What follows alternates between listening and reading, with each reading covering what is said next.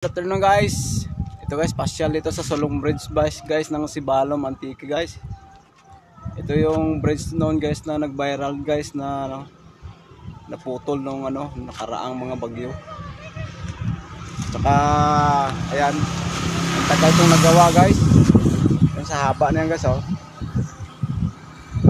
Ayan sa haba na yan guys, siguro nasa half kilometer or 400 meters din.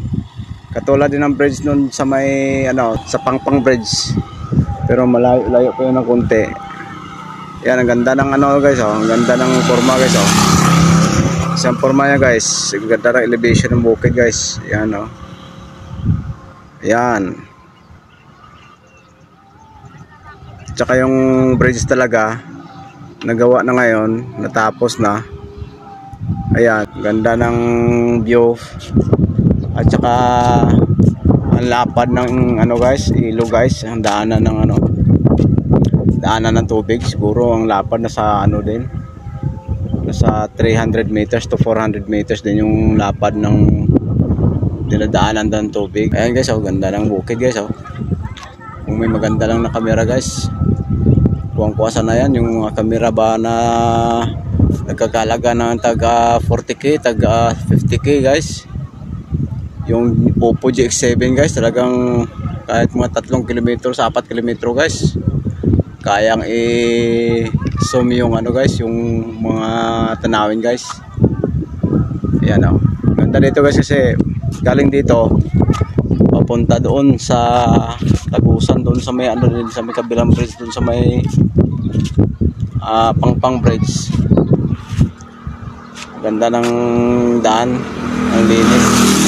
Tsaka may mga design pang pintura. Ayan guys, puntahan natin yung guys, bridge guys. Kasi nasa distansya pa tayo, mga siguro nasa 200 meters. Ayan guys, puntahan natin.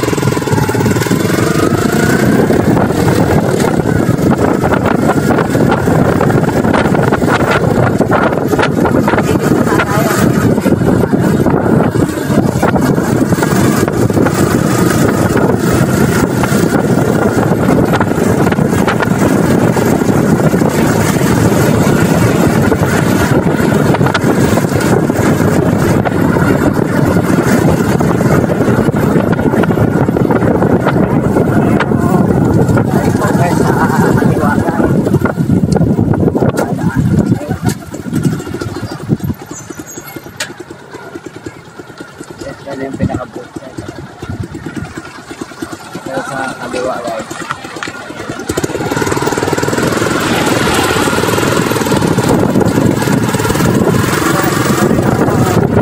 Commercial nasa long bridge na ng guys.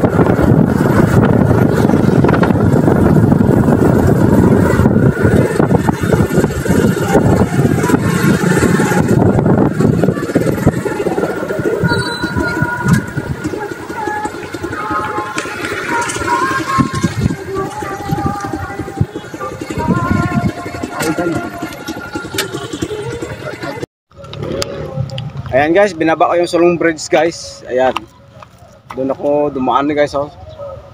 Kasi may motor doon si babaw. Hindi ko alam, may daanan naman pala dito, may hagdanan naman pala. Kaya tignan natin yung tubig dito guys, kung malinis guys at saka malinaw. Ayan guys, kinukuha ito guys ng mga guys, nagbibenta ng mga buhangin guys. Ayan guys oh. Yan yung ilo guys. Ang linis din siya guys. Ang linis din guys oh. Malalim guys kasi hinukay na to ng bako eh. Oh. Tsaka dami ng talahib guys. Dami ng talahib na tumutubo guys.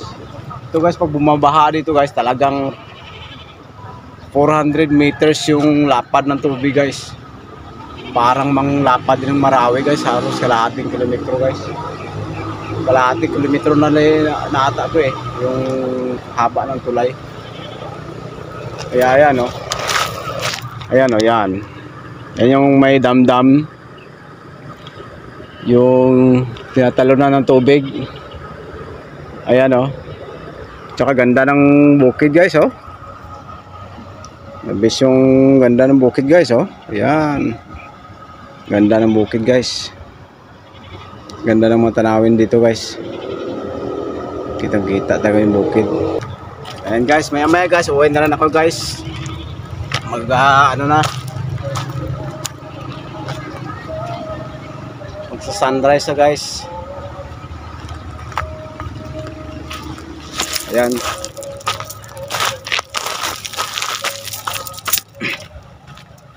Nakakatakot dito guys pagka malakas yung baha, kasi hanggang dito yung baha oh.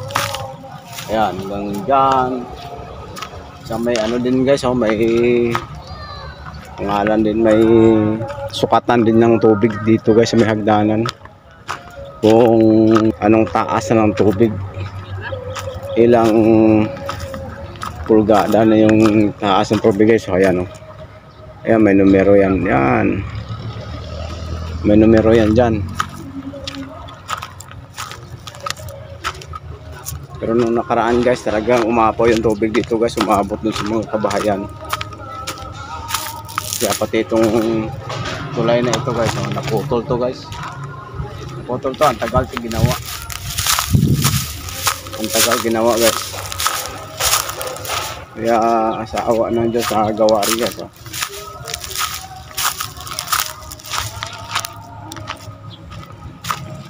Ay guys, uwi na ako guys. Salamat guys sa panonood.